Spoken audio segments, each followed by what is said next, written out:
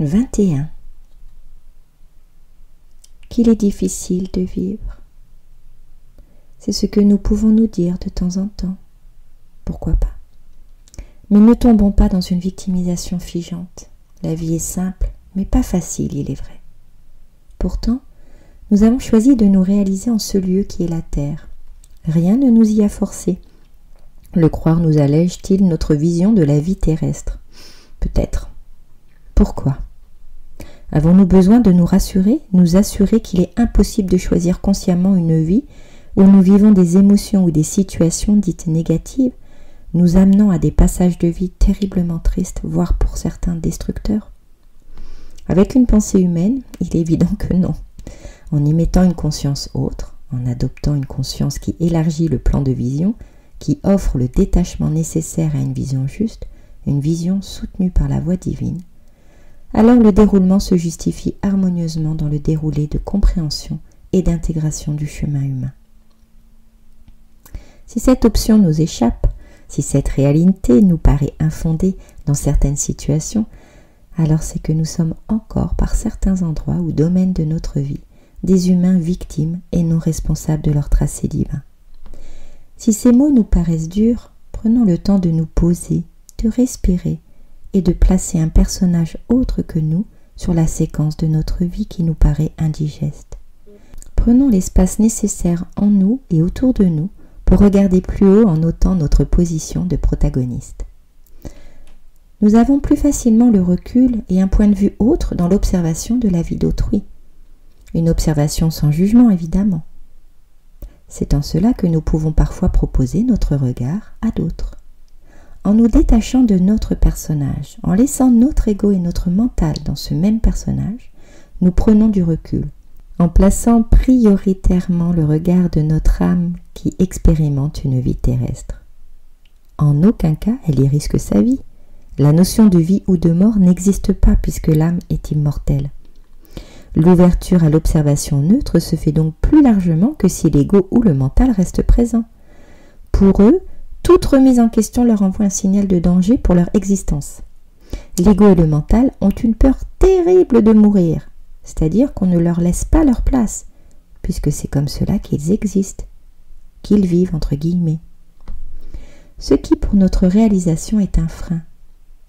Notre réalisation d'âme se déroule grâce à notre lâcher-prise, grâce à l'acceptation de ne pas exister égotiquement, mais de se laisser manifester, de vivre au travers des manifestations non réfléchies, mais néanmoins précises que nous envoie notre élan intérieur. Un élan spontané qui nous mène aux leçons de vie, aux expérimentations, aux situations et événements cruciaux pour le bon déroulement de notre destin. Le dessein divin, l'œuvre divine.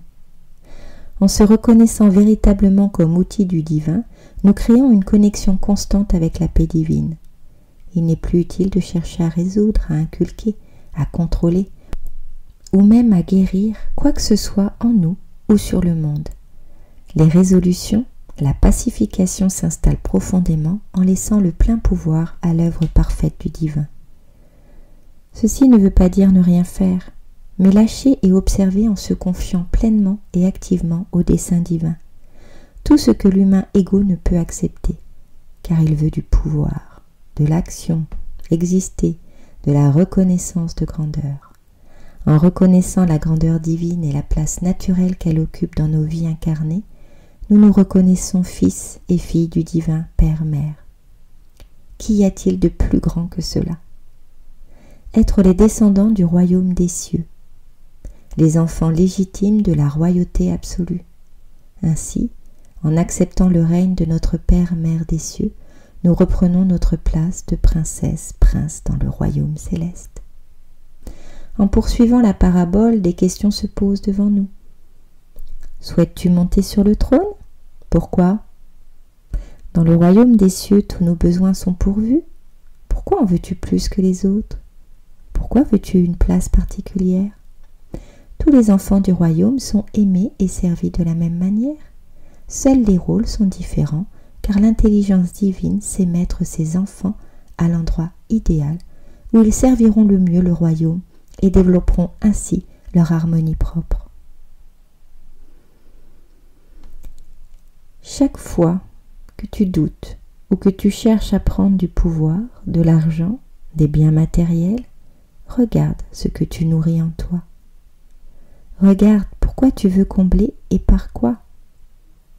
À cet instant, prends le temps de venir vers moi, de te déposer dans mes bras célestes, et tu verras si tu as encore besoin de la matière ou de la personne que tu désires.